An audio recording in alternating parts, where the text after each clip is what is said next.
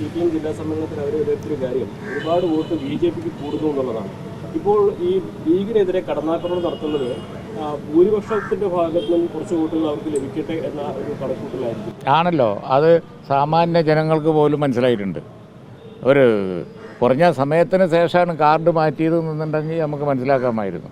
ഇത് പാർലമെൻറ്റ് തിരഞ്ഞെടുപ്പിന് മുമ്പുണ്ടായിരുന്ന മൈനോറിറ്റി കാർഡ് പെട്ടെന്ന് മാറ്റി മെജോറിറ്റി കാർഡാക്കി മാറ്റിയപ്പോൾ ഇത് കഴിഞ്ഞ പാർലമെൻറ്റ് തിരഞ്ഞെടുപ്പിൽ അവർക്ക് വോട്ട് ചോർച്ച ഉണ്ടായി. അതുകൊണ്ടാണെന്ന് എല്ലാവർക്കും മനസ്സിലായിട്ടുണ്ട്. അതിന് വലിയ വൈദഗ്ധ്യമൊന്നും വേണ്ട. സാമാന്യ ജനങ്ങൾക്ക് മുഴുവൻ കാര്യം മനസ്സിലായിട്ടുണ്ട്. പക്ഷേ അതിനൊക്കെ അതീതമായിട്ട് തന്നെ ഒരു ഭരണവിരുദ്ധ വികാരം ഇവിടെ നിൽക്കുന്നുണ്ട്. UDFനെ ആണ് ജനങ്ങൾ കാണുന്നത്, അല്ലാതെ BJP ഒന്നുമല്ല. BJP കേരള രാഷ്ട്രീയത്തിൽ ഒരിക്കലും തന്നെ ഒരു ക്ലച്ച് പിടിക്കാൻ പോകുന്നില്ല. ഇവിടെ മുന്നണിയും ക്ലച്ച് പിടിക്കാൻ പോയി പല പരീക്ഷണങ്ങളും കഴിഞ്ഞതാണ്.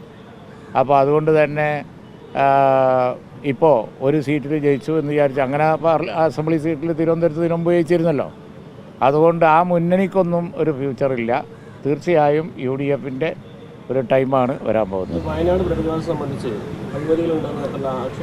വയനാട് പുനരധിവാസം അവിടെ വീട് നിർമ്മാണത്തിൻ്റെതെല്ലാം ഒരാളിനെ ഏൽപ്പിച്ചതും അവിടെ എസ്റ്റേറ്റിൻ്റെ ഭാഗത്തുനിന്ന് കുറേ അഴിമതി നടത്തുന്നതൊക്കെ ആയിട്ടാണ് അൻവർ ഉന്നയിക്കുന്നത്. ലീഗിന് അങ്ങനെ എന്തെങ്കിലും ഒരു അല്ല, ഞങ്ങളിപ്പോൾ ഈ വയനാട് ദുരന്തം ആയതുകൊണ്ടും ദുരന്തമുഖത്തുള്ള ഒരു വലിയ ഇതിനു മുമ്പൊന്നും ഇല്ലാത്ത തരത്തിലുള്ള ഒരു ദുരന്തമായതുകൊണ്ട് അവിടെ നടക്കുന്ന പ്രവർത്തനങ്ങളെ പെട്ടെന്ന് രാഷ്ട്രീയവൽക്കരിച്ച് പറയാൻ ഞങ്ങൾ ആഗ്രഹിക്കുന്നില്ല. ആ കാര്യങ്ങളെക്കുറിച്ച് ഞങ്ങൾ വിലയിരുത്തുന്നുണ്ട്.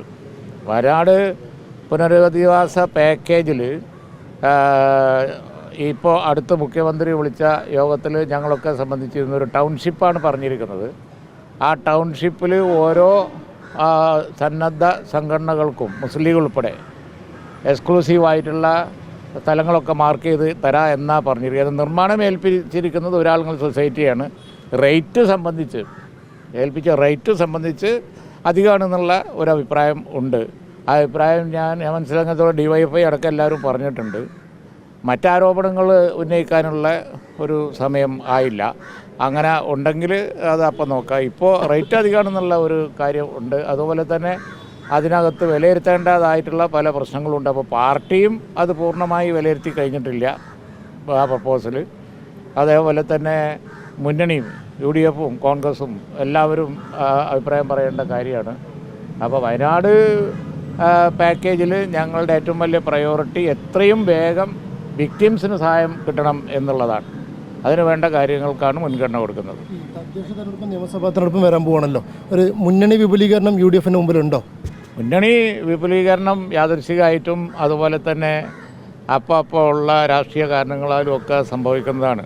മുന്നണി വിപുലീകരണം എന്നുള്ളത് നമ്മളിങ്ങനെ പ്ലാനിട്ട് അങ്ങനെ കൊണ്ടുപോകുന്നതല്ലല്ലോ.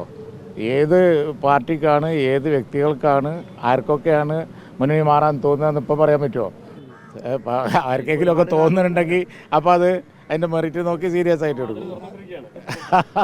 നടക്കേണ്ട കാര്യമില്ലല്ലോ. കാത്തു നിൽക്കുന്നുണ്ടോ? കാത്തു നിൽക്കുന്നുണ്ട്. നിങ്ങൾക്ക് എന്താ തോന്നുന്നുണ്ടെങ്കിൽ വിവരം പറയണം. ഞങ്ങളെ അറിയാതെ പോകണ്ട.